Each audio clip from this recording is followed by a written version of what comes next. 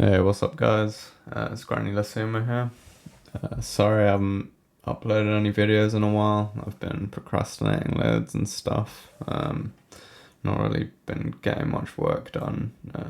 But I started writing this the other day, and there's some interesting sounds in it, so I thought I'd do a couple of tutorials on some of the bass patches and maybe some of the other stuff that's going on in the percussion and stuff, but I'll decide later on if I'm gonna do that or not.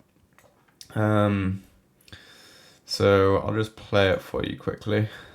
This is what it sounds like.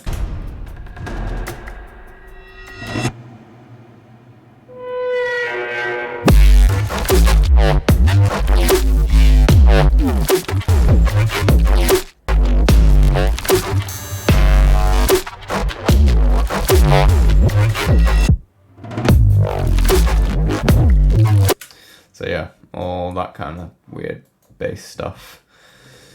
I warn you before I get into it properly, there's a lot of automation going on in this patch because I couldn't be asked with doing a resampling session, so I just made one patch and automated as many different things as I could think of to get interesting sounds out of. Also, another thing to say is that like I only have these two MIDI clips here, but what I did was I just kept on changing all the automation and rendering them out to audio. So I had like a big selection of samples to choose from when it came to actually writing the drop. And I think I've got pitch bending in these clips as well. So I'll show you what it sounds like by itself, I guess. It sounds like this.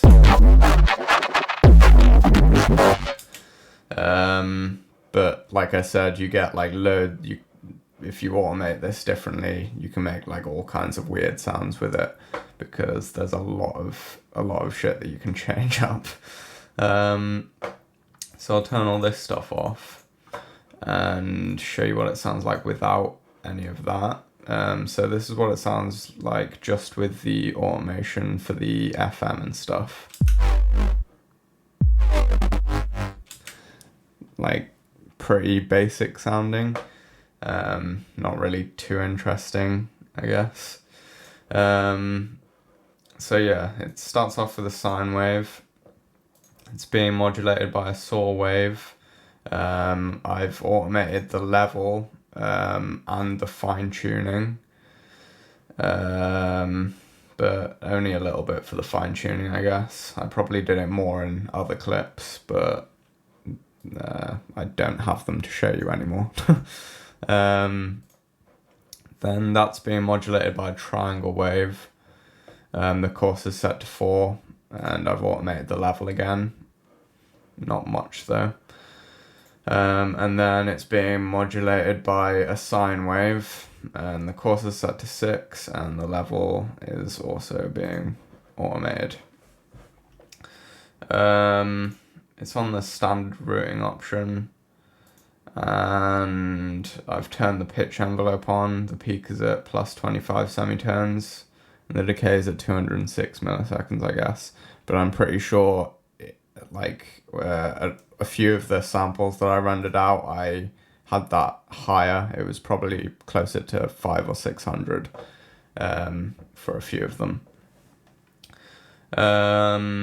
Then yeah, so I've just got the spread turned up to 62%. And I think that's everything from the operator patch. So then it's going into this EQ, and what I've done is these don't need to be turned on, actually, that'll just confuse you. So I've got a high pass and a low pass, or a high cut and a low cut, whatever you want to call it. And I've automated the frequency for both of them. And basically just use the EQ like a over-exaggerated bandpass filter, if that makes sense. You can see what's happening here.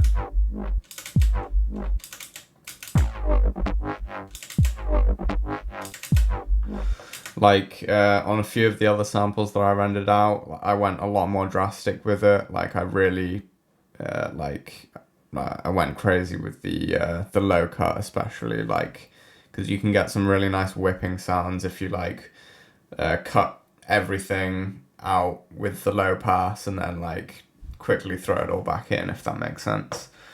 So that's all that's going on there.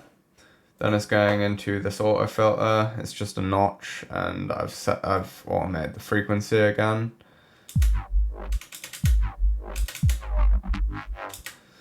Nothing special. Then it's going through camel fat. I'm really liking camel fat at the moment.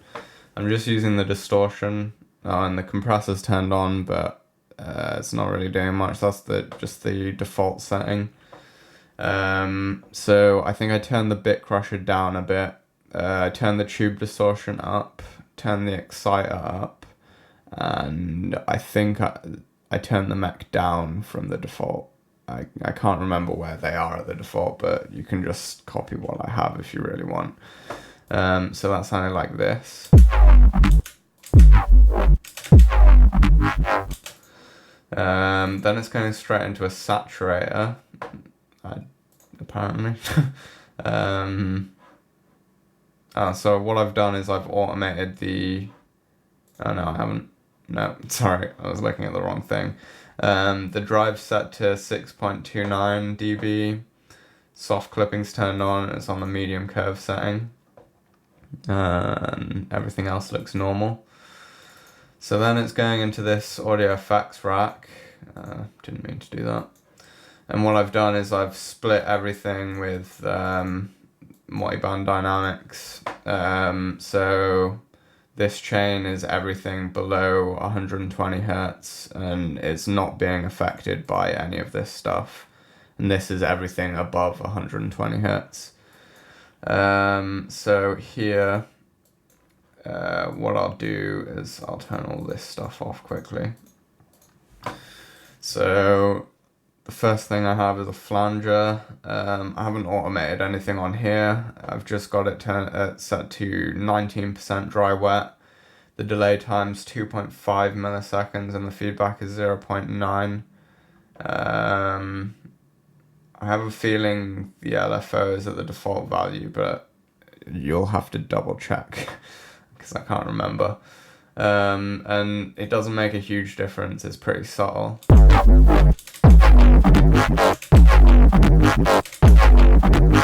But I think, I feel like it did make enough of a difference to warrant it being there. This is also pretty subtle, but I've automated a few things on here. So I've got the dry wet automated pretty randomly. The frequency is automated. The feedback is automated. And the LFO is also automated, but I've only used it. I've only turned it on at the end here. Don't know if that really makes much of a difference in the sound, to be honest.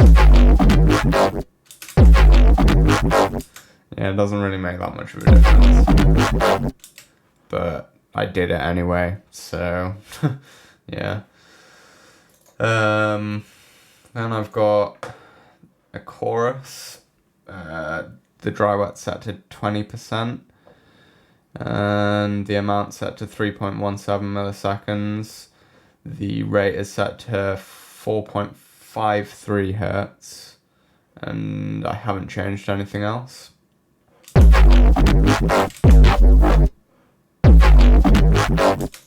Then it's going through an amp, but what I've done is I've automated the dry wet. So most of it isn't actually coming through at all, but then the first hit here, it's the dry wet's being turned up a little, and the first bit here, and right at the end here, because it sounded weird and I liked it. And I turned the output onto Dual, and it's set on the heavy setting.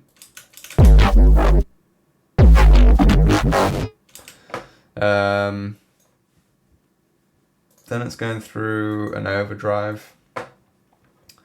I've also automated this. I've automated the frequency and the dry wet. I think, yeah, I've turned the bandwidth down. I'm not sure what the default value is, but I'm pretty sure I turned it down a bit. I turned the tone up to 70% and the dynamics is set to 86%. So then, yeah, I've just got like this last part here automated and this last part here. Then it's going through a reverb. The quality's set to high, dry wet set to 13%. I turn the decay time right down and the size is a bit lower than the default value, I think. Just to make it sound more like it's in a real space, like as much as the stock Ableton reverb can, I guess. Doesn't make a huge difference, but again, I think it sounded a bit better with it. So then I've got a ping pong delay, and I'm just using this as like an effect at the end of like these notes, basically. So I've got the delay mode set to time. I've automated the like the delay time or whatever it's called. You can see the automation there, and I've also automated the dry wet so it comes in full at the end of this note here and at the end here. Don't think I changed any of the rest of this stuff. I think I might have changed the feedback, but I can't remember. So that sounded like this. Just some weird sound effects stuff at the end here that I chopped up and made weird stuff with later on. Then it's just going through a glue compressor. It's all the default setting, not the default settings, it's all the stuff that I normally do. And I turned the threshold down until it stopped sounding awful with the makeup turned all the way up, basically. And soft clipping's turned on. So that sounded like this. And that's it. Like I said, I did this a whole bunch of times. I probably rendered out like 25 different samples. Like just kept on changing all this stuff. And I came up with like a load of different weird sounds with it. But yeah, I think that's all I really have to say about it. Hope you guys found it helpful, and yeah, I'll be making more tutorials very soon now that I'm not procrastinating so much. So yeah, I'll catch you guys later.